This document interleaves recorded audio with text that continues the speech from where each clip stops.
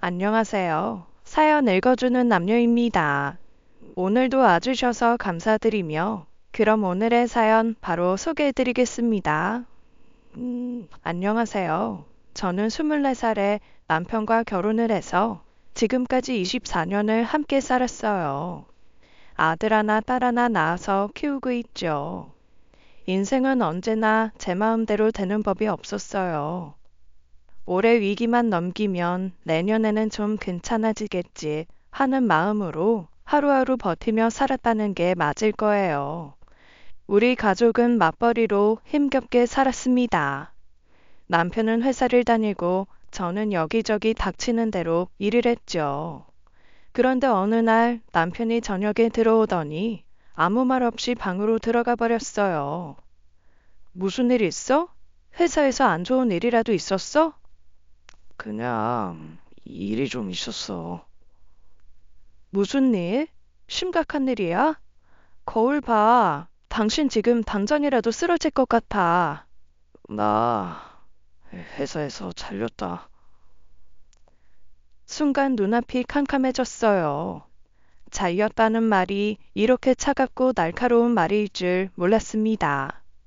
남편은 늘 성실했고 묵묵히 일만 했는데 도대체 무슨 일이 있었던 건지 이해가 되지 않았어요. 잘렸다니? 그게 무슨 소리야? 갑자기 왜? 김 부장이랑 싸웠어. 미안해. 참자 참자 했는데 결국 내가 참지 못하고 손이 올라갔네. 김 부장? 손이 올라가다니. 설마 김 부장을 당신이 때렸다는 말이야? 당신이 어떻게 그런 일을... 그럼 이제 우리 어떻게? 제 말은 남편에게 한 것이기도 했지만 사실은 저 자신에게 묻는 말이기도 했어요. 이제 와서 남편이 잘렸다는 이 현실을 어떻게 받아들여야 할지 모르겠더군요. 아들은 대학에 들어간 지 얼마 되지 않았고 딸은 고3으로 대입을 준비하던 참이었어요. 매달 들어갈 돈과 학비는 산더미처럼 줄 서 있었고 내년에는 전세 보증금도 올려줘야 하는데 말이죠. 미안해. 정말 미안해. 하지만 아무리 참으려고 해도 한계가 있더라고. 그래도 참았어야지. 당신 혼자 아니야. 우리가 얼마나 힘들게 버텨왔는데 그렇게 앞뒤 생각 안 하고 저질러 버리면 뒷수습은 어떻게 하려고 그래? 수진이 이제 고3이야. 학원비가 얼만 줄 알아? 제 목소리가 점점 커졌어요. 저도 모르게 억눌린 감정이 터져나오는 걸 막을 수가 없었습니다. 남편을 탓하고 싶은 마음보다는 우리 가족이 앞으로 어떻게 살아가야 할지 두려웠던 거예요. 학비는 어떻게 내고 생활비는 어떻게 감당해야 할지 머릿속이 복잡해졌죠. 알아. 나도 안다고. 하지만 나도 사람이야. 그렇게 참기만 하는 게 너무 힘들었다고. 당신만 힘들어? 남들도 다 힘든데 참는 거야. 더러워도 치사해도 참는 거라고. 나도 힘들어. 우리 둘 다 힘들어. 그런데 당신이 그걸 참지 않으면 남편의 얼굴이 점점 굳어졌어요. 그동안 얼마나 힘들었는지 알아요. 남편의 성격상 많이 버티고 참아왔겠죠. 남편도 지금 고통 속에 있었을 겁니다. 그래서 더 이상 말을 할 수 없었어요. 됐어. 이미 엎질러진 물인데 어떻게 해. 어떻게 해서든 다시 사라지겠지. 너무 걱정 마. 소리 질러서 미안해. 한숨을 내쉬며 제 마음을 추스리려 했지만 생각할수록 답답했어요. 방법이 보이지 않더군요. 남편이 회사를 그만둔 후 급하게 일용직 일을 하며 돈을 벌었어요. 하지만 이전 벌이에 비하면 턱없이 적은 금액이었습니다. 남편의 퇴직금은 몇 년 전 전세금 때문에 정산을 받았고 남은 퇴직금의 절반은 김 부장 합의금으로 모두 김 부장 주머니에 들어갔죠. 남편도 일용직이 아닌 일자리를 구해보려 했지만 나이가 많아서 그런지 쉽지가 않았습니다. 그래서 생활비를 아무리 아껴 써도 늘 적자였어요. 당장 자식들 학비며 공과금이며 고정비로 빠져나가는 돈이 너무 많았어요. 매일 계산기를 두드려보지만 저를 더 깊은 한숨 속으로 밀어넣을 뿐이었죠. 결국 남편이 먼저 입을 열었어요. 이러다가 정말 더 이상 버틸 수 없겠어. 카드값도 그렇고 생활비도 그렇고 아무래도 당분간 어머니한테 용돈 그만 드리자. 어머니 용돈을 드리지 말자고? 그게 얼마나 된다고. 그건 안 돼. 어머니도 나이가 많으시고 우리 용돈으로 아껴가며 간신히 생활하고 계시잖아. 나도 알아. 하지만 현실이 그렇잖아. 우리 지금 애들 학비며 카드값도 없어서 허덕이는데 어머니한테 계속 용돈을 드릴 수 있는 형편 아니야. 어쩔 수 없어. 남편의 말이 뼈아프게 느껴졌어요. 맞는 말이었지만 시어머니를 생각하면 도저히 용돈을 끊을 수가 없었죠. 남편의 눈을 피하며 생각에 잠겼어요. 며칠을 고민하고 또 고민했습니다. 결국 마음을 다잡고 전화를 걸었어요. 어머니, 안녕하세요. 저예요. 잘 지내고 계시죠? 그래, 너는 어떻게 지내니?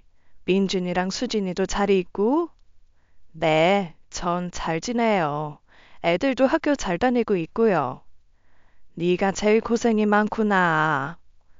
어머니, 사실 저희가 요즘 좀 힘든 상황이라서요.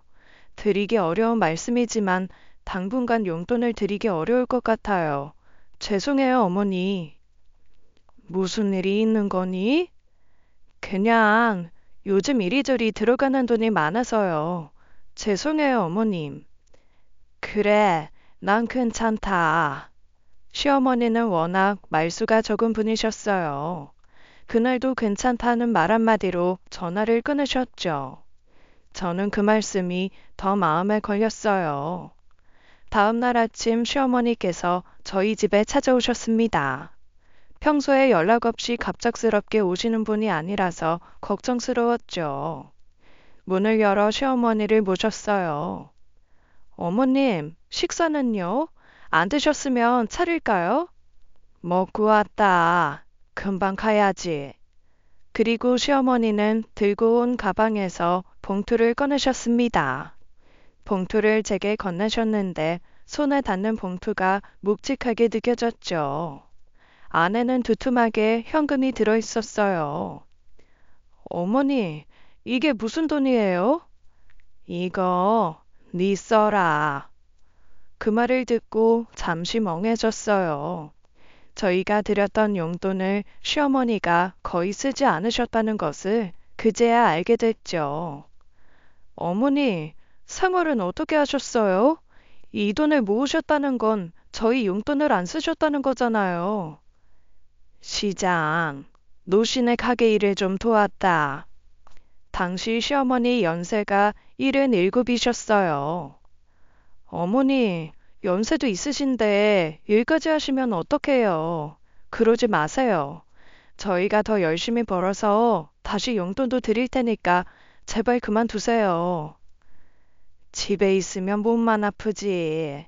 노씨가 심심하다고 해서 얘기하다 집에 오는 거니 걱정 말아라. 마음은 무겁고 복잡했어요. 그래서 시어머니가 주시는 그 돈을 받을 수는 없었죠. 어머니, 이 돈 제가 받을 수 없어요. 이 돈 어머니께서 가지고 계시다가 필요할 때 쓰세요. 저희는 괜찮아요. 극구 사양하는 제 손을 시어머니는 꼭 잡으셨고 그 두툼한 봉투를 제 주머니에 억지로 넣어주셨어요. 민준이 수진이 필요한 거 있으면 사주고 없으면 미선이 네가 가져라. 그 말에 저는 결국 아무 말도 할 수 없었습니다. 우리 부부는 어려워지니 가장 먼저 시어머니 용돈을 끊을 생각을 했는데 그 마음이 부끄러워지는 순간이었죠. 한 달이 지나고 유난히 추운 겨울날이었어요. 아침부터 바람이 매섭게 불더니 길이 온통 빙판이 됐죠. 그리고 그날 병원으로부터 전화 한 통을 받았습니다. 시어머니께서 응급실에 있다는 연락이었어요. 빙판길에 발을 헛디디셨다고 하더군요. 저는 남편과 함께 급히 병원으로 달려갔어요. 다행히 크게 다치지는 않으셨지만 발목과 무릎을 다쳐서 당분간 거동이 불편하다는 진단을 받았습니다. 그날 남편이 제게 조심스럽게 말을 꺼냈어요. 이번 기회에 어머니 모시는 게 어떨까? 이제 연세도 있으시고 혼자 사시는 것도 위험하잖아. 이번에 다친 것도 그렇고. 남편의 말에 마음이 무거워졌어요. 저도 시어머니를 모셔야 한다는 생각은 하고 있었지만 현실적인 문제가 너무 컸어요. 매달 적자로 힘겹게 생활하고 있는 우리 가정에 시어머니까지 모시는 건 쉽지 않은 결정이었죠. 그걸 생각하니 답답한 마음에 쉽게 대답이 나오지 않았어요. 나도 알아. 그런데 지금 우리 형편 당신이 더 잘 알잖아. 매달 카드값에 수진의 학원비에 내년에는 전세금 올려줄 돈도 없어서 우리 더 좁은 집으로 이사갈 판이야. 어머님 모시는 건 힘들어. 나 못된 거 아는데 내가 너무 힘들어. 미안해. 남편은 깊은 한숨을 쉬며 눈을 감았어요. 저도 그 말을 하면서 얼마나 마음이 무거웠는지 몰라요. 어머니를 모셔야 하는 상황이었지만 현실이 발목을 잡고 있는 상황이었으니까요. 2주간의 치료를 마치고 시어머니께서 퇴원하셨습니다. 병원비를 결제하면서 한숨이 절로 나왔어요. 12개월 할부로 해주세요. 병원비를 카드로 결제하면서 원무과 직원에게 말했어요. 제 모습이 참 서글펐습니다. 우리 집 경제 상황이 무너지기 직전이라는 걸 새삼 실감하게 됐죠. 퇴원 준비를 하는데 시어머니께서 묻더군요. 병원비는? 보험으로 해결했어요. 걱정 마세요. 돈이 없어 카드 할부로 결제했다는 말은 차마 드리기 어렵더라고요. 그래서 보험으로 해결했다고 둘러댔습니다. 그래도 시어머니께서 큰 문제 없이 퇴원하셨으니 다행이라 생각하며 시어머니를 집으로 모셔다 드렸어요. 시댁 집 앞에 도착해 저는 시어머니께 말씀드릴 수밖에 없었습니다. 남편이 시어머니를 모시고 살자는 말을 했던 것과 제가 그걸 거절했다는 사실을요. 어머니, 사실 아범은 어머니 집으로 모시자고 했어요. 그런데 솔직히 지금 저희 형편이 너무 안 좋아요. 그래서 제가 모시고 살기 어렵다고 했어요. 죄송해요, 어머님. 됐다. 나도 내 집이 편하니까 괜히 너까지 그런 생각 마라. 저는 시어머니를 혼자 두는 것이 정말 옳은지 고민이 들었죠. 시어머니를 집에 모셔다 드리고 나오는 길에 문득 보일러 생각이 났어요. 겨울인데 시어머니 집은 제대로 난방이 되고 있는지 걱정이 들었죠. 기름 보일러가 있는 집이었으니 혹시 기름이 부족하지는 않은가 싶어 확인해 봤습니다. 그런데 보일러가 아예 돌아가질 않더군요. 손으로 만져본 바닥은 이미 냉골이 되어 있었어요. 집안이 이렇게 차가운데도 시어머니께서는 아무 말씀도 없으셨던 거죠. 어머니, 보일러가 고장난 것 같은데요. 언제부터 이랬어요? 비싼 기름을 뭐하러 쓰니? 이불 덮고 전기장판 켜고 지내면 안 춥다. 그 말을 듣고 제 가슴이 철렁 내려앉았어요. 시어머니께서 혼자서 얼마나 불편하셨을까 생각하니 마음이 너무 무거웠어요. 방도 차갑고 몸도 아프신데 이렇게 지내신다는 게 믿기지 않았죠. 어머니, 이러시면 안 돼요. 추운데 보일러도 없이 어떻게 지내세요? 제가 아범한테 얘기해서 빨리 수리해 드릴게요. 이제 곧 봄인데 괜찮다. 돈 쓰지 마라. 하지만 저는 그냥 넘길 수 없었어요. 집안 곳곳을 둘러보니 시어머니 혼자 이 집에서 생활하기엔 너무 힘든 환경이었죠. 바닥이 차가운 것은 물론이고 집안 여기저기 제대로 관리가 되지 않은 것이 눈에 보였습니다. 당장이라도 고쳐드리고 싶은 마음이 굴뚝 같았지만 그게 현실적으로 가능할지 걱정이 됐어요. 어머님, 일단 보일러 수리할 때까지 저희 집에서 괜찮으니까 어서 가라. 많이 늦었다.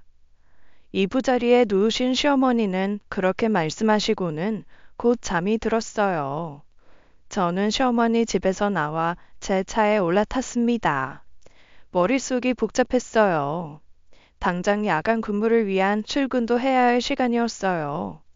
내일 날이 밝으면 당장 보일러 수리를 해드리자 마음먹고 차를 출발시켰습니다. 하지만 저는 10m도 가지 못하고 차를 세웠어요. 그리고 잠깐의 고민 끝에 전화기를 들었습니다. 김주임, 난데, 나 오늘 출근하기 어려울 것 같아. 미안해. 그래, 잘 좀 이야기해줘. 그리고는 다시 시댁으로 들어갔습니다. 주무시던 어머님께서 제 인기척 소리에 깨어나셨죠. 어머니, 이 집에 혼자 계실 수 없어요. 저희 집으로 모실게요. 보일러도 고장났고 이런 추운 날씨에 이 상태로 지내시면 큰일 나요. 괜찮다니까 그러네. 어머님, 저 20년 넘게 보셔서 제 성격 아시죠? 저도 어머님처럼 한 고집해요. 아시잖아요. 가세요. 괜찮다고 계속 고집 부리셔도 저 어머님 모시고 갈 거예요. 하지만 시어머니는 한사코 괜찮다고 하시며 자리에서 일어나지 않으셨죠.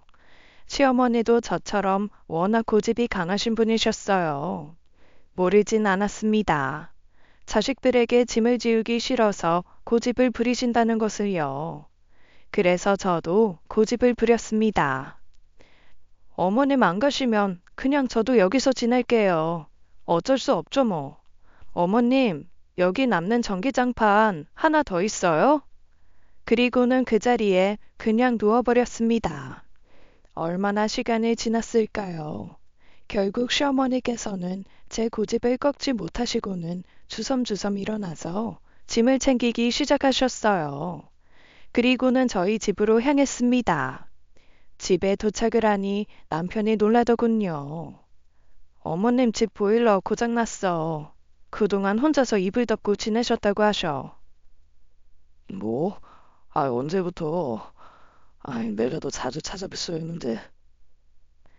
남편의 얼굴이 굳어졌어요. 저와 같은 마음이었죠.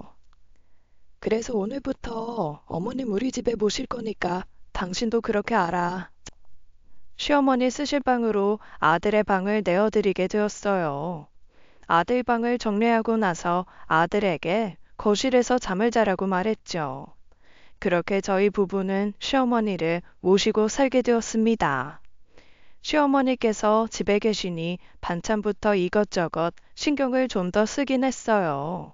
하지만 워낙 당시 저희 살림이 어려워 대단하게 해드리긴 어려웠죠. 평소에도 시어머니는 입맛이 까다로운 분이 아니었습니다. 그래도 몸이 안 좋으시니 좋아하시는 음식을 해드리고 싶었어요. 그래서 시어머니가 좋아하시는 갈치나 조기를 구워드리곤 했습니다. 그런데 그럴 때마다 시어머니는 자신이 드시지도 않고 살을 발라서 제 접시에 놓아주시곤 하셨어요. 니 먹어라.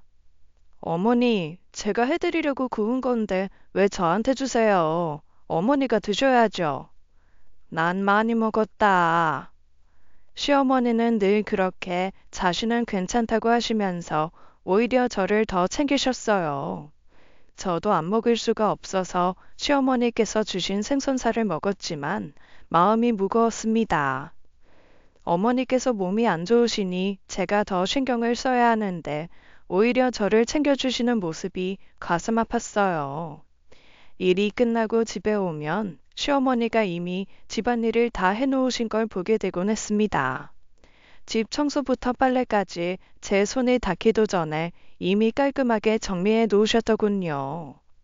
어머니, 왜 집안일을 다 하세요? 몸도 안 좋으신데 이런 건 제가 할게요. 의사가 당분간 조심하라고 당부했잖아요. 그러니까 어머니는 쉬세요. 일 없다. 가만히만 누워있으면 몸이 더 아픈 거라. 시어머니는 이렇게라도 저희에게 보탬이 되고 싶어 하셨어요. 제가 힘들어하는 모습을 보고 싶지 않으셨던 거죠. 하지만 저는 그만큼 시어머니께서 무리하시지 않길 바랬어요. 그렇게 반년의 시간이 흘러갔습니다. 하지만 그동안에도 저희 집 사정은 나아질 기미가 보이질 않았죠. 어느 날 밤 저는 가계부를 들여다보며 한숨을 내쉬었어요. 이번 달도 적자였습니다. 아무리 아끼고 필요한 것만 사려고 해도 돈은 항상 부족했어요. 카드값은 매달 쌓여야만 가고 다음 달이 되면 그 부담은 더 커져갔죠. 편의점 야간 알바부터 청소일, 심지어는 배달 아르바이트까지 할 수 있는 건 다 해보았습니다. 어떤 일이든 가릴 때가 아니었으니까요. 남편은 그때까지도 실직 상태로 일용직 일을 하고 있었고요. 몇 번이나 면접을 보러 다녔지만 나이가 걸림돌이 되어 쉽게 자리를 잡지 못했죠. 그래서 남편도 급한 대로 밤에 배달 일을 하며 돈을 벌고 있었고요. 서로가 힘든 것을 알지만 서로를 위로할 여력조차 없었습니다.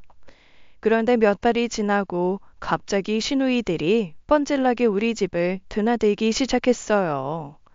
평소에는 시어머니께 별다른 관심을 보이지도 않던 신우들이었죠. 그런데 요즘은 하루가 멀다 하고 우리 집에 찾아오더군요. 사실 시누이들이 평소에 시어머니에게 관심을 갖지 않던 이유가 있었습니다. 시어머니가 시누이들의 친엄마가 아니거든요. 시누이들은 시아버지의 첫 번째 부인의 딸들이었습니다. 시아버지의 첫째 부인께서 둘째 신우를 낳고 돌아가셨대요.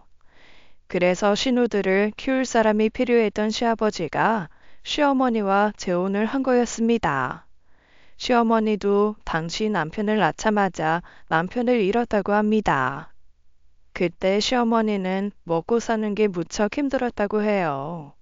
그래서 당장 6살짜리 남편을 키우기 위해 시아버지와 재혼을 했고요. 그러니 신우들은 시어머니를 어머니로 인정 안 하고 그동안 무시를 하면서 살았던 거였죠. 이 사실을 남편에게 들었을 때 전 잘 이해가 안 갔어요. 아무리 그래도 자신들을 20년을 넘게 키워준 사람이 시어머니였는데 어떻게 저렇게 무시를 할까 싶었죠. 그래서 신우들과 남편하고는 사이가 매우 안 좋았어요. 그런데 시누이들이 우리 어머니 거리며 시어머니를 찾아오니 그 모습이 정말 의아하더군요. 왜 저래? 평소엔 어머님께 전화 한 통 하지 않더니. 시누이들의 방문이 반복될수록 의심이 생기기 시작했어요. 고기며 생선이며 한가득 싸들고 와서는 냉장고에 쑥 넣고는 시어머니 옆에 앉아 이야기를 나누더군요. 어머니, 요즘 몸은 좀 어떠셔? 이거 생선 가져왔어. 어머니 좋아하시잖아. 네 새언니가 잘 챙겨준다. 어머, 그래? 옳게 고맙네. 우리 엄마 잘 챙겨줘서. 엄마, 그래도 이 생선이 더 비싼 거야. 내가 시장에서 제일 좋은 걸로 사왔어. 엄마 많이 드시고 장수하셔야 돼요. 평소엔 얼굴도 안 보이던 신우들이었습니다. 시어머니 생신도 안 챙겨주던 사람들이었어요. 그런데 이제 와서 이렇게 시어머니를 챙기는 척한다? 분명 제가 모르는 무언가 있었습니다. 그리고 그 이유를 얼마 안가 알 수 있었죠. 며칠 뒤 시누이들이 우리 집에 또 찾아왔어요. 그날은 평소와 다르게 신우들 태도가 어딘가 이상해 보였습니다. 무언가 할 말이 있는 듯 보였죠. 신우들은 시어머니 곁에 앉아 한참을 머뭇거리기 시작했어요. 작은 시누이가 큰 시누이의 옆구리를 찌르며 재촉하는 모습이 보였습니다. 언니, 어서 말해. 지금 말하라니까. 가만히 있어봐. 엄마, 여주에 엄마 땅이 있지? 순간 저는 멍해졌어요. 땅? 무슨 땅 이야기를 하는 건지 영문을 몰랐죠. 시어머니는 시누이들을 바라보며 고개를 저으셨어요. 그런 땅은 없다. 에이, 엄마, 다 알아. 친척들 사이에서 엄마가 여주에 땅 있다는 소문이 다 퍼졌는데? 우리한테 거짓말하는 거야? 엄마, 그러지 말고 그 땅 좀 팔아서 우리 도와주시면 안 될까? 사실 우리 그이가 이번에 병원 좀 넓히고 인테리어 좀 싹 다 뜯어고치고 싶어 하는데 에휴, 돈이 좀 부족하네. 결국 이거였습니다. 혹시나 했는데 역시나였어요. 그래서 시누이들이 요즘 들어 부쩍 시어머니를 챙기는 척하며 자주 드나들었던 거였습니다. 저는 신우들의 진짜 속내를 알게 되니 가슴이 답답해지더라고요. 땅 없다. 엄마, 진짜 땅 없다고? 거짓말하면 큰일 나. 설마 그 땅 오빠한테 주려고 하는 거야? 그래서 우리한테는 없는 척 하는 거야? 큰 시누이는 목소리를 높이며 시어머니를 몰아세웠습니다. 그 말에 저는 화가 치밀어 올랐어요. 어머님께서 없다고 하시잖아요. 그런 땅이 있으면 지금까지 힘들게 사셨겠어요? 그리고 어머님 힘들 때는 들여다보지도 않다가 갑자기 무슨 땅 타령이에요? 설령 어머님이 땅이 있으시면 그걸로 어머님이 편하게 사셔야지. 왜 그 땅을 아가씨들이 탐을 내요? 탐을 내긴. 올케는 빠져. 어디 가면 이 자리에 끼어들어? 올케야말로 지금 여주 땅 노리고 우리 엄마 모시는 거 아니야? 능구렁이처럼 순진한 표정으로 엄마 땅 노리는 거 아니냐고. 뭐라고요? 지금 말 다 했어요? 너희 둘 진짜 너무하는 거 아니냐? 우리 엄마한테 땅이 어디 있다고 찾아와서는 이 난리들이야.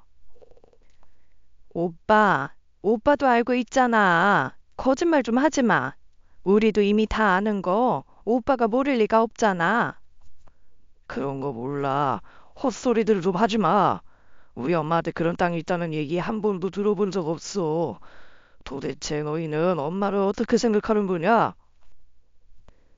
남편은 분노한 목소리로 시누이들에게 따졌어요. 시어머니는 아무 말도 하지 않고 저희를 바라보고 계셨죠. 그런 시어머니의 모습을 보니 아차 싶었습니다. 오빠한테 몰래 땅 주려고 이렇게 감추고 있는 거 아니야? 따지고 보면 그 땅 우리 아빠 거였어. 그러니까 당연히 내가 물려받아야지. 엄마가 그 땅을 왜 받아? 자격이나 돼? 저는 그 순간 시누이들을 잡아 문 쪽으로 끌었습니다. 그만하세요. 나가세요. 나가시고 제정신 돌아오면 그때 찾아오지 말고 전화로 해요. 지금 어머님 앞에 두고 자식들이 뭐 하는 거예요? 저는 시누이들을 향해 문을 열어주며 쫓아내려 했어요. 하지만 그때 큰 시누가 충격적인 말을 하더군요. 누가 자식들이야? 내가 왜 저 여자 자식인데? 엄마 불러주니까 내가 저 여자 자식으로 보이니? 뭐라고요? 아가씨를 20년 넘게 키워주신 분한테 지금 뭐라고요? 20년이 뭐? 고작 첩이었으면서 어디서 본처 행세야? 뭐라고? 나가. 당장 내 집에서 안 나가? 어디 머리채 잡혀서 질질 끌려 나가볼래? 동네 사람들 다 구경하게 만들어줘? 신우들은 그제야 씩씩거리며 집을 나가더군요. 나가면서까지 열받는 소리를 하면서 말이죠. 이대로 끝 아니야. 그 땅 되찾을 때까지 다시 올 거야. 저는 신우들을 밀어버리듯 내보내고 현관문을 쾅 닫아버렸습니다. 시어머니는 조용히 자리에서 일어나 방으로 들어가시더군요. 그렇게 시누이들을 쫓아내고 시어머니를 위로해드렸어요. 하지만 시어머니는 아무 말씀을 안 하시더군요. 시누이들과 싸움은 그날 이후로도 끝나지 않았습니다. 자꾸만 남편에게 전화를 걸어 땅 내놓으라는 말을 반복했어요. 시누이들의 땅에 대한 집착에 참 황당하기 그지없었죠.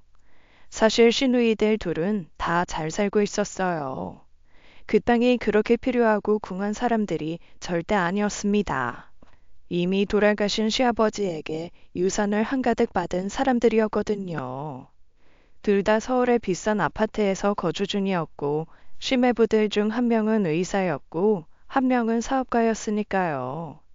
그런데도 시누이들이 땅에 대한 집착을 보이는 이유는 그저 시어머니께서 시아버지 땅을 가지고 있다는 게 못마땅한 거였죠. 오빠, 우리한테 땅 안 준다는 거지? 그 땅 혼자 차지하려고 엄마랑 몰래 계획 짜고 있는 거잖아. 오빠가 계속 이러면 우리도 가만 안 있을 거야. 내가 정말 이러긴 싫었는데 나 소송까지 불사할 거야. 남편은 신우들에게 땅이 없다는 것을 여러 번 설명했지만 신우이들은 들으려 하지 않았습니다.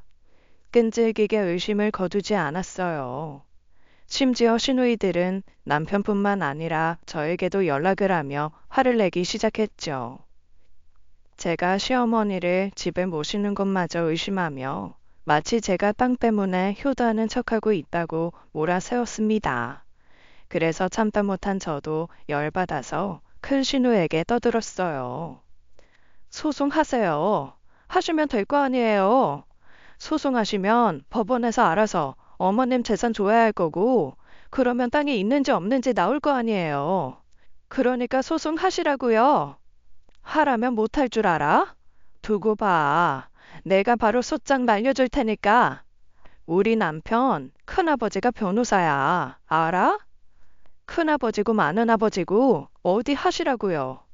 그런데 저희도 소송하려고요. 누가 더 손해보는지 한번 해봐요 어디. 뭐? 니네들이 무슨 소송이야? 저희 남편은 시아버지 돌아가시고 유산 한 푼도 못 받았어요. 그래요. 저희도 이해했어요. 남편은 피가 섞인 아들이 아니니까요. 그냥 밥 먹이고 키워주고 대학 보내준 것 정도에 감사하면서 살았다고요. 그런데 어쨌거나 법적으로는 저희 남편도 시아버지 아들이잖아요.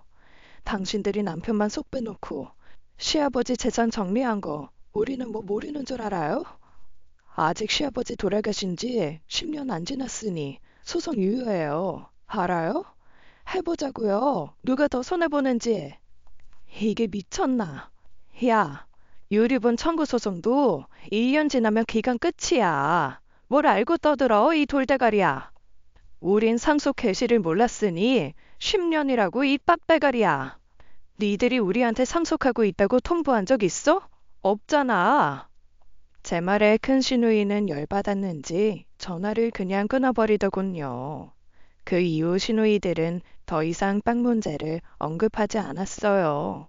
아마도 그 법을 잘 안다는 변호사에게 물어보았겠죠. 지금 우리가 유류분 청구 소송이 가능한지에 대해서요. 가능하다는 답을 들었으니 저렇게 조용해진 것일 테죠. 하지만 저는 그 이후 시누이 사건에 대해 신경을 쓸 수가 없게 되었습니다. 그 사건 이후 시어머니의 건강이 급속도로 나빠지기 시작했거든요. 저와 남편은 생활비를 벌기 위해 집을 자주 비웠고 아들도 딸도 학교 생활 때문에 낮에는 집에 없었으니까요. 그럴 때마다 시어머니를 집에 혼자 두는 것이 걱정되었죠. 결국 남편이 조심스럽게 제게 말을 꺼냈습니다. 여보, 어머니 요양병원에 모실까? 아무래도 거기에는 의사가 상주하고 있으니. 그렇긴 한데 지금 우리 형편에 그 비용 감당이 될까 모르겠네. 일단 내가 낮엔 어머니 챙기고 밤에 나가서 일해볼게. 식당 저녁 설거지 일 같은 거 하면 될 거야. 밤에는 당신이 퇴근해서 집에 있으면 되니까. 남편은 잠시 고민하는 듯 하더니 고개를 저으며 다시 말했습니다. 그렇게 하다가는 당신 건강도 잃어. 그러지 말고 동생들한테 한번 말해볼까? 나눠서 내자고 하면 우리 부담도 좀 덜 테니. 퍽이나. 그 사람들이 어머님 요양병원비를 대주겠어? 연락도 하지 마. 난 그 사람들 아주 정냄이 떨어져. 어떻게 어머님한테 그럴 수가 있어? 20년을 키워주고 자기 아버지 품었을 때 어머님이 10년 넘게 수발을 다 들어줬는데 남한테도 그렇게는 못해. 두고 봐. 나 어머님한테 허락받아서 유류분 청구 소송 해버릴 거야. 돈 때문이 아니라 괘씸해서 봐줄 수가 없어. 하지만 그건 나중 문제였고 당장은 시어머니 모시는 일이 문제였어요. 저희에게는 선택지가 없었습니다. 남편은 당시 어렵게 취업에 성공한 상태였기에 낮 시간을 비우기는 어려웠어요. 그러니 제가 낮 시간에 시어머니를 살펴야 했어요. 결국 제가 밤 시간대에 무리하지 않는 선에서 작은 일을 하기로 했죠. 남편은 제 말을 듣고 한숨을 내쉬었지만 결국 고개를 끄덕이며 동의했습니다. 그렇게 저는 반년을 더 시어머니를 모셨습니다. 낮에는 시어머니를 돌보고 밤에는 일하러 나가면서 하루하루를 버텼어요. 하지만 저도 50을 바라보는 나이가 되니 체력이 젊을 때와는 다르더라고요. 예상보다 빠르게 제 몸은 지쳐갔습니다. 그러던 어느 날 시어머니께서 저를 부르시더니 말씀하셨어요. 파주에 내 동생 순옥이가 있다. 나 거기로 가련다. 파주예요? 갑자기 왜 그러세요? 혹시 제가 뭐 잘못한 거 있어요? 시어머니를 모시며 남편과 약속한 게 있어요. 절대 시어머니 앞에서 경제적으로 힘든 모습을 보이지 말자고요. 그런 모습을 보이면 시어머니께서 불편해 하실 테니까요. 하지만 시어머니께서는 모든 걸 다 알고 있으신 듯 했습니다. 제가 힘들어하는 모습을 보시고 그런 결정을 하신 게 분명했어요. 그래서 저는 시어머니를 말렸습니다. 하지만 시어머니는 제 말을 조용히 듣고 계시다가 말씀하셨습니다. 순옥이한테 연락해라. 걔가 나 기다린다. 시어머니는 저를 위해 결정하신 것 같았어요. 그렇게 밤이 지나고 다음날 시어머니의 여동생인 이모님께서 집으로 찾아오셨습니다. 이모님은 시어머니를 모시고 가기로 하셨다고 하시면서요. 너희도 할 만큼 했어. 언니가 말이 없어서 그렇지 그 양반 니들 마음 다 알아. 언니가 살면 이제 얼마나 살겠어. 내가 오순도순 언니 모시고 살 테니까 니들은 이제 걱정 마. 이모님의 말씀에 저는 한동안 아무 말도 할 수 없었어요. 현실의 벽 앞에서 시어머니를 떠나보내는 게 쉬운 일이 아니었습니다. 하지만 이모님의 말대로 어머니도 편히 쉴 곳으로 가시는 것이 맞는 것 같았어요. 파주로 떠나기 전 시어머니는 제 손을 잡으며 말씀하셨어요. 잘 살아. 아프지 말고. 언제나 말씀이 없던 시어머니의 그 말에 저는 눈물이 날 것 같았어요. 그리고 이모님 차를 타려던 시어머니께서 잠시 저를 돌아보며 말했습니다. 고맙다 미선아. 네 때문에 잘 살다 간다. 그렇게 시어머니는 이모님과 함께 파주로 가셨어요. 그저 더 나은 환경에서 마음 편히 지내실 수 있기를 바랄 뿐이었습니다.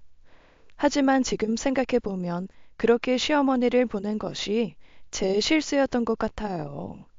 시어머니께서 파주로 가신 이후 저는 주말마다 파주에 있는 이모님 집을 찾아갔습니다. 시어머니께서 잘 지내시는지 살피고 반찬도 해드리고요. 그렇게 얼마간의 시간이 흘러갔어요. 그러던 어느 날 저희는 충격적인 소식을 전해 들었습니다. 시누이들이 파주집까지 찾아가 시어머니에게 행패를 부렸다는 소식이었어요. 저는 가슴이 철렁 내려앉았습니다. 이모님께서 다급하게 전화를 주셨고 시어머니가 충격을 받아 쓰러졌다는 소식을 전해주셨죠. 남편과 저는 급히 병원으로 다녀갔습니다. 도착했을 때 시어머니는 이미 응급실에 계셨고 의식을 회복하지 못한 상태였습니다. 믿기지 않는 상황에 눈물만 나더라고요. 평소 아무리 강인해 보였던 시어머니라도 고령의 나이에 결국 그 충격을 이기지 못하신 것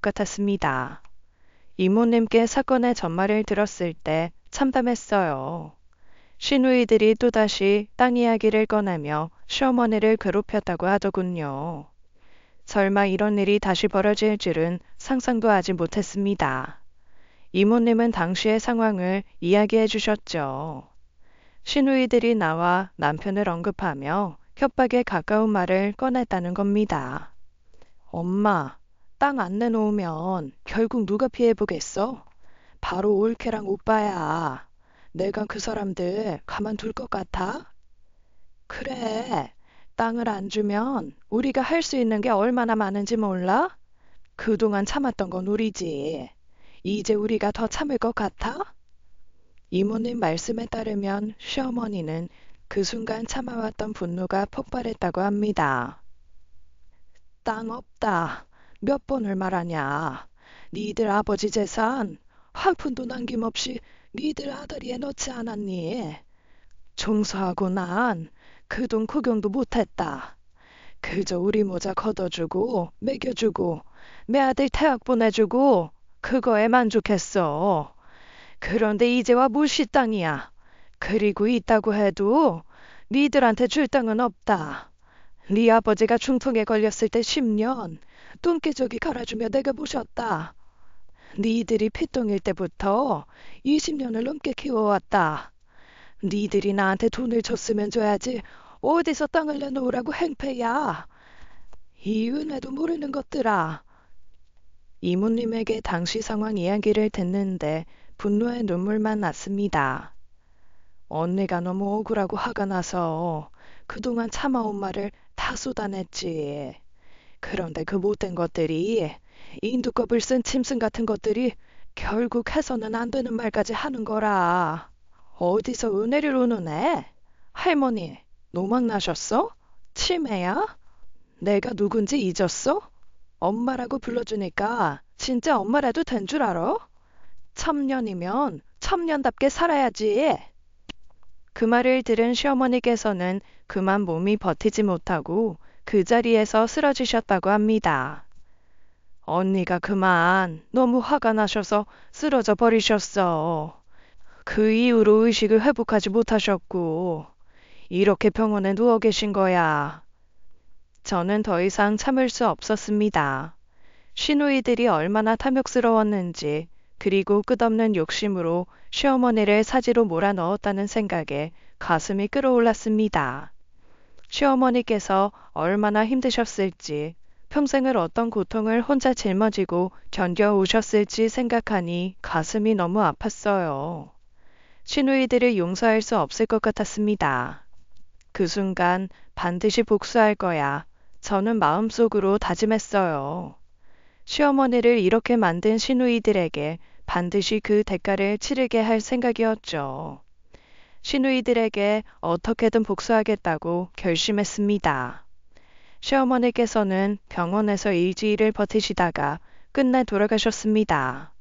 그 소식을 듣고 저는 눈물이 왈칵 쏟아졌고 남편 역시 슬픔에 잠겨 말을 잇지 못했어요. 그렇게 저는 슬픔과 분노를 오가며 시어머니의 장례를 준비하게 되었죠. 장례식 날이 되자 뻔뻔하게 시누이들이 장례식장을 찾아왔습니다. 그들은 상복을 입고 나서도 한결같은 뻔뻔함을 잃지 않더군요. 시어머니가 돌아가셨다는 사실에도 아무런 감흥이 없는 듯 했어요. 엄마도 이제 편히 가셨네. 그동안 고생 많이 했잖아. 맞아. 이 정도면 우리 엄마 호상이야. 그냥 주무시다가 돌아가셨다며. 더 이상 뭘 바래? 이 정도면 잘 돌아가신 거지. 호상이야, 호상. 신우들의 말을 듣고 있자니 가슴이 터질 것 같았습니다. 당장 달려가 밟아 죽여버리고 싶은 마음이었어요. 시어머니께서는 지들 때문에 쓰러져 눈도 못 떠보고 돌아가셨는데 저것들은 그저 호상이라며 떠드는 겁니다. 개 같은 년들. 뭐? 옳게 지금 나한테 욕한 거야? 그래, 너한테 욕했다. 와, 올케 언니, 나 술했어요? 지금 이쯤 되면 막 나가자는 거죠? 이 개 같은 년들아, 니들 사람 맞니? 맞아? 너 어머님 장례식 오는 거 부끄럽지도 않았어? 하늘이 무섭지도 않았냐고. 어쩜들 그래. 어머님이 얼마나 고생하시다 돌아가셨는데. 뭐, 호상? 그게 할 말이야? 적어도 니들이 양심이 있다면 술 마시고 웃고 떠들면서 호상이라고 하면 안 되지. 키워준 은혜도 모르고 이렇게 짐승 같은 짓을 하고도 부끄러움도 모르고. 니들 때문에 어머님 쓰러지셨다는 거 내가 모를 줄 알아? 나 복수할 거야. 니들한테도 똑같이 해줄 거라고. 제 말에 시누이들은 저를 쏘아보았습니다. 뭐 저런 게 다 있어? 그리고 우리 때문에 엄마가 쓰러지셨다뇨. 어디서 그런 헛소문을 만들어요? 명예훼손으로 콩밥 먹어볼래요? 그리고 올케 언니야말로 효부 아니었잖아요. 어머님 돌아가시니 이제 와서 효부인 척 생쇼하는 거야, 뭐야? 진짜 뻔뻔하시네. 내 말이 뭐 저런 게 다 있어? 미친 거야? 지금 친척들 다 모인 장례식장에서 어디서 큰 소리야? 넌 예의도 모르니? 사람 참 무섭네. 어쩜 저렇게 뻔뻔하게 굴까? 너희야말로 뻔뻔한 인간들이지. 어머니가 살아계실 때 한 번이라도 제대로 챙겨드린 적 있어? 찾아와 본 적이라도 있냐고. 그래, 나 미쳤다. 니들 때문에 미쳤어. 제정신인 게 이상하지 않냐? 그러면서 저는 장례식장에 모인 친척들을 향해 외쳤습니다. 여러분, 어머님이 가지고 있다던 여주땅이 대체 어디 있는지 아시는 분 계세요? 여러분들이 그랬다면서요. 어머님이 아버님한테 땅 받았다고요. 신우들이 그 땅 내놓으라고 어머님을 얼마나 괴롭혔는지 아세요? 그 땅 때문에 어머니가 쓰러져서 돌아가셨어요. 그런데 그 땅 어디 있는데요? 어디 있냐고요? 아시는 분 없어요? 그런데 왜 그런 소문 퍼뜨리세요? 왜 있지도 않은 땅 가지고 사람을 그렇게 괴롭혀요? 있지도 않은 땅으로 어머님 그렇게 괴롭히다가 왜 결국 죽게 만드냐고요? 어머님이 대체 무슨 죄가 있는데요? 한평생 좀처럼 부려먹기만 했으면서. 장례식장에 있던 친척들은 제 말에 술렁이기 시작했습니다. 시누이들도 당황한 얼굴로 저를 바라보았어요. 숨기려고 한데 자기들 악행이 숨겨지나요? 이제는 더 이상 숨길 수 없었습니다. 저는 마지막으로 신우들을 쏘아보며 말했어요. 니들은 살인자들이야. 이대로 넘어갈 것 같지? 웃기지 마. 내가 꼭 너희들 깜빵에 쳐놓을 거야. 시누이들은 당황한 기색을 감추지 못하고 입을 다물었습니다. 그때 이모님께서 저를 붙잡으며 말리셨어요. 미선아, 그만해라. 네가 화나는 건 알겠지만 지금은 언니 조용히 보내드리자. 오늘만 참자. 오늘만. 언니 마지막 잘 지켜드리자. 이모님의 그 말에 저는 더 이상 말을 잇지 못하고 눈물을 흘렸습니다. 시어머니를 제대로 모시지 못한 제 자신도 후회스러웠고 시누이들의 뻔뻔함도 용서할 수가 없었습니다. 결국 저는 이모님의 손을 붙잡고 눈물 속에서 장례식을 마무리했어요. 장례식이 끝난 후에도 분노는 쉽게 사라지지 않았습니다. 장례가 끝나자마자 신우들에게 복수를 하기 위해 움직였어요. 당장 경찰에 신우들을 과실치사, 폭행치사로 고발했습니다. 하지만 경찰들은 직접 증거도 없기에 유죄를 입증하기 어렵다고 하더군요. 결국 저는 증거를 찾기 위해 매일을 파주를 오가며 증거를 찾기 시작했습니다. 그리고 저는 변호사를 찾아가 유류분 반환 청구 소송을 제기했어요. 단순히 돈이 탐나서가 아니라 그들의 행동이 너무 괘씸하고 용서할 수 없었기 때문이었죠. 이건 돈의 문제가 아니야. 그것들이 땅으로 어머니를 얼마나 괴롭혔는지 지들도 똑같이 느껴보게 할 거야. 반드시 피눈물 흘리게 해줄 거라고. 저는 그 순간부터 시누이들과의 법적 싸움을 시작하기로 결심했습니다. 소송이 걸리자마자 시누이들 태도가 바뀌더라고요. 저에게 연락을 해서는 빌기 시작하더군요. 신우들의 간절한 목소리에는 이전의 오만함은 찾아볼 수 없었습니다. 오히려 저에게 용서를 구하며 소송을 취하해달라고 부탁했어요. 옳게, 이건 아니지. 제발 한 번만 용서해줘. 우리가 잘못했어. 정말 미안해. 다시는 안 그럴게. 그러니까 소송 좀 취하해줘. 제발 부탁이야, 옳게. 한 번만 봐줘. 우리 진짜 많이 후회하고 있어. 엄마 살아생전에 조금 더 잘해드릴 걸 하면서 얼마나 후회하고 있는데. 그러니까, 응? 소송 취하해줘. 가족끼리 이건 아니지. 가족끼리? 소송 취하해달라고? 너희는 참 개소리도 정성없이 한다. 후회한다, 용서해달라 하면 끝이야? 끝내고 싶으면 우리 어머님한테 진심으로 사과해. 용서는 내가 아니라 어머님 몫이야. 어머님한테 사과하면 그러면 용서해줄게. 그런데 못하지? 어머님은 이미 돌아가셨으니까. 그러니까 용서? 그딴 개소리 집어치워. 난 끝까지 갈 거니까. 신우들이 왜 이렇게 갑자기 꼬리 내리며 사과하는지 이해할 수 없었어요. 저 성격 개 같은 사람들이요. 그런데 나중에 알고 보니 신우들이 그렇게 여주 땅에 집착했던 이유가 따로 있었습니다. 신우이들은 도박을 하다가 도박빚을 지게 되었던 것이었어요.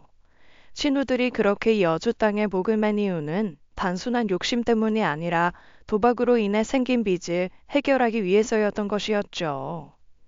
그동안 시매부들은 시누이들의 도박 사실을 전혀 몰랐고 시누이들은 이를 숨기고 있었던 거죠. 어쩐지 이상했어요. 돈도 많고 잘 살고 있다고 생각한 시누이들이 고작 여주 땅에 저렇게 목을 매니까요.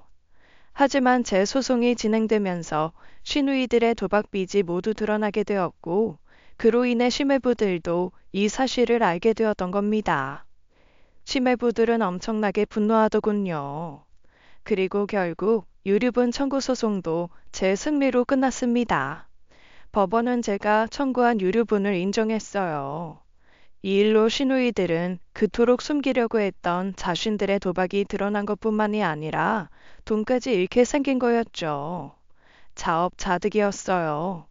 법원은 시누이들에게 남편이 받아야 할 시아버지의 유산 몫을 돌려주라고 명령했습니다.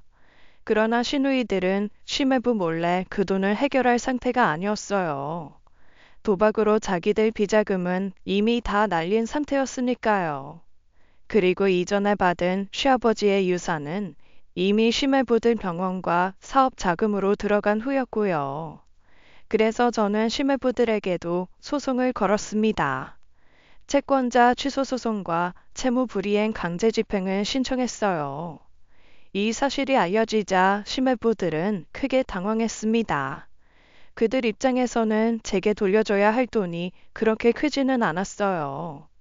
하지만 그 돈 때문에 병원과 공장에 문제가 생길 위기에 처하게 되자 화들짝 놀라더군요.